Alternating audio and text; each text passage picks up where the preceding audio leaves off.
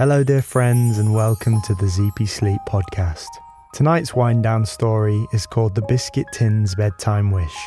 This story is made to be played while winding down and preparing for bed, or when your Zeepy clock is glowing purple. That quiet time before bed, when the day slows down and the world grows gentle again. In this soft adventure, Kip the Kitty discovers that a special biscuit tin, that's what we call a cookie jar here in the cafe, has been holding wishes all day long. So many tiny hopes and gentle thoughts that it can't quite close. Together they open the window to the starry night and let each wish float free, teaching us that sometimes the kindest thing we can do is let go. Created especially for this wind-down phase, this story helps children practice emotional release, recognise when they're holding too much, and understand that rest comes naturally when we're ready. Parents might notice their little ones breathing more slowly or growing quieter, natural signs of emotional regulation and bedtime readiness. And before we begin, a quick note for grown-ups. The Zeepy Sleep Club brings you ad and intro-free stories, bonus wind-down adventures and extra-long sleepy endings. Just $3 a month with a free trial on Apple Podcasts or through the link in the show notes. Now let's settle in together. A cozy blanket, a deep breath, and a story to end the day. The evening had arrived at the Moonbeam Cat Café like a soft blanket settling over shoulders. The last golden light through the windows had turned to soft purple, then to dark purple of early night. Outside, the first stars were beginning to blink awake. Kip moved through the quiet room on velvet paws, her sprinkle-speckled fur catching the lamplight as she went. She straightened the mint green cushions where visitors had curled up earlier with books and warm tea. She collected teacups painted with tiny stars, stacking them gently so they clinked like small bells. Everything in the cafe had its special way of saying goodnight. The grandfather clock in the corner ticked slower, getting sleepy between each tick and tock. The potted plants on the windowsill folded their leaves just a little, getting cosy for the night. Even the floorboards seemed to sigh as Kip walked across them, settling down after a long day of holding everyone up. Kip loved this quiet time, when the cafe grew soft and the night grew close. But tonight, something was different. She reached the shelf beside the round window where the old copper biscuit tin lived. Kip called it her biscuit tin, though visitors from faraway places sometimes called it a cookie jar. Either way, everyone agreed it was the shiniest tin in the cafe. All day long the tin had sat in the sunshine, its shiny copper sides glowing warm and welcoming. Inside it held butter cookies dusted with sugar, oat biscuits that smelled of honey, and shortbread shaped like crescent moons. Visitors to the cafe always smiled when Kip offered them a biscuit from this special tin. Every night, after the cafe closed, Kip would gently lower the tin's domed lid. It always closed with a satisfying click, like a goodnight kiss, like a door closing softly. But tonight, when Kip reached for the lid, it wouldn't quite settle. She tried again. The lid hovered just above the rim, as if holding its breath. Kip tilted her head, her green eyes bright with curiosity. She sat down beside the tin, curling her tail around her paws, and waited. Sometimes, she had learned, the best thing to do when something felt different was simply to be quiet and pay attention. She reached out one gentle paw and stroked the tin's copper side. It was still warm from the day's sunshine, and then, So quietly she almost missed it. The tin spoke. Its voice was small and tinny, like a tiny soft bell, like wind chimes heard from far away. It said, "I'm too full." Kip leaned closer, her whiskers twitching with interest. Too full of biscuits? She asked kindly. "No, Whispered the tin. too full of everything else." The tin began to explain, and as it did, Kip understood something she had never quite noticed before. All day long, visitors came to the Moonbeam Cat Café. They sipped tea and nibbled biscuits. They read stories and scratched cats behind their ears. But they also brought their quiet thoughts with them. Small wishes and gentle worries that floated in the air like tiny seeds of light. I hope the rain stops tomorrow. I miss my grandmother. I wonder if the moon ever gets lonely. These whispered thoughts settled into the cafe like sugar dust. And the biscuit tin, sitting in its sunny spot by the window, had been listening all day long. It tucked each wish carefully inside between the oat biscuits and butter cookies, between the shortbread moons and honey crumbs. It held them gently, the way you might hold a ladybug in your palm, not wanting to hurt its delicate wings. "Wishes aren't heavy, The tin said softly. but when you hold so many, too many little things can feel heavy." Kip's purr began then, a low, comforting rumble in her chest. She knew exactly how that felt. Sometimes she carried worries too, small ones, like whether she'd remembered to water the plants, or whether the grey tabby who visited on Tuesdays would come back again. I sometimes feel that way too. She said softly, resting her paw on the tin's warm side. Then Kip's eyes brightened. Let's help you. She said. She stood and padded to the round window beside the tin. With one gentle push, she opened it wide.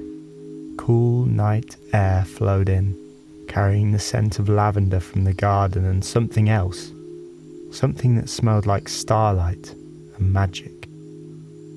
Let's give them back to the night, Kip whispered. The tin seemed to take a breath, or what would be a breath if tins could breathe. "Will the night mind?" It asked shyly. Kip looked out at the enormous sky, at the quiet moon climbing above the rooftops, at the stars beginning to appear like silver freckles across the darkness. The night is big enough to hold every wish. The moon has been collecting them for a very long time. She settled back down beside the tin, wrapping her tail around both of them like a cozy scarf. Let's be very quiet now and listen to the night, Kip said softly. Let's take a soft breath together.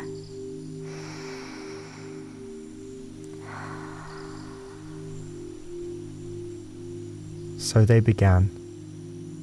One by one, the tin spoke each wish aloud, and as it did, the words lifted away like dandelion seeds caught in a gentle wind, floating through the open window into the velvet dark. "I hope tomorrow is kind."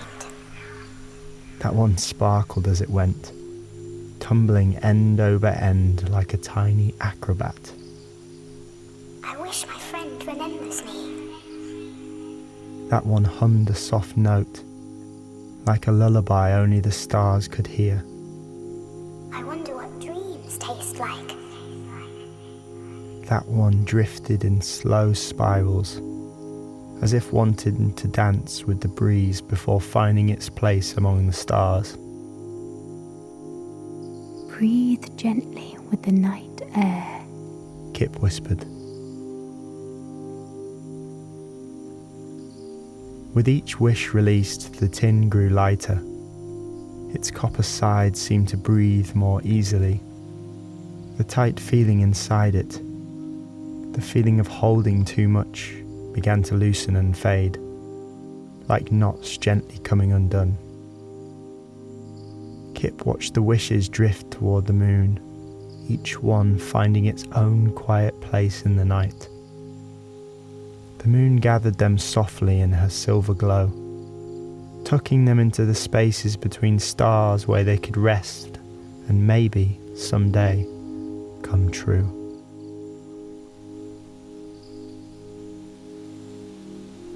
After a while, the tin's voice grew softer, more peaceful. The pile of held thoughts grew smaller and smaller until finally, only one remained. The tin paused. Its copper sides felt warm under Kip's paw. This one's mine, It whispered, almost too quiet to hear. Kip leaned closer, pressing her ear against the warm metal. The tin's voice was barely a hum now, like the last note of a song fading into silence. I wish to rest, It said, to be empty and light, to close softly and know I did my job well.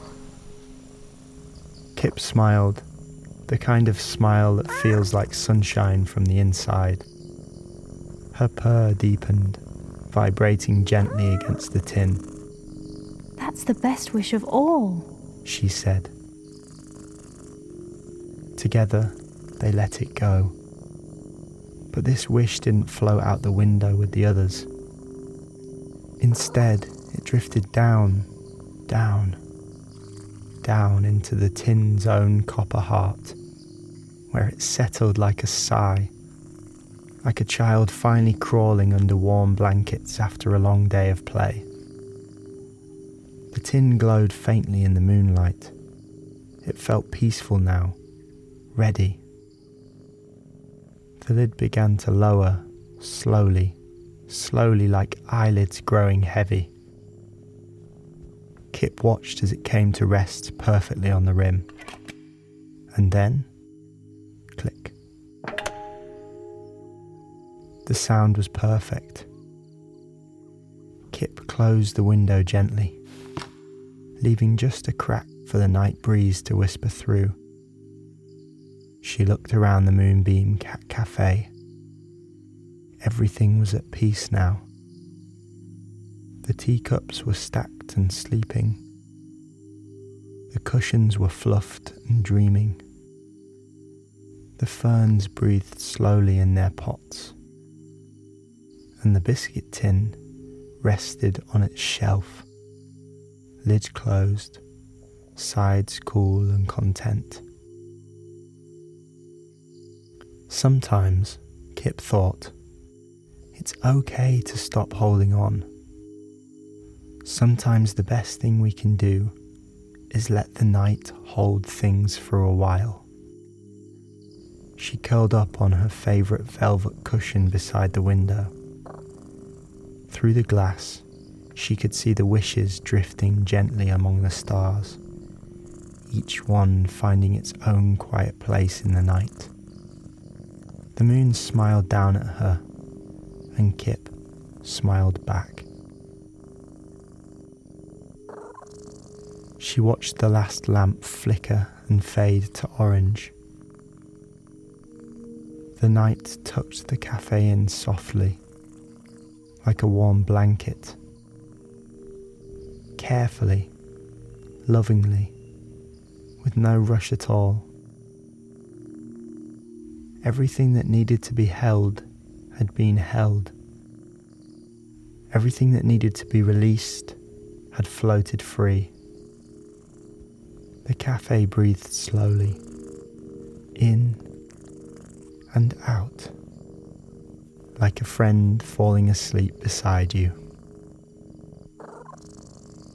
If you're resting by yourself tonight, Kip Kip's warm purr is right here with you. Feel how soft your pillow is, just like Kip's cushion. Feel how warm and cozy you are, just like the cafe on a gentle night. Kip's eyes grew heavy, and somewhere in the hush, so quiet it might have been a dream, the biscuit tin hummed a tiny thank you. When the sun rests, we can rest too. When the tin lets go, so can we. You are safe. You are loved. Now, just like Kip and the biscuit tin, you can rest.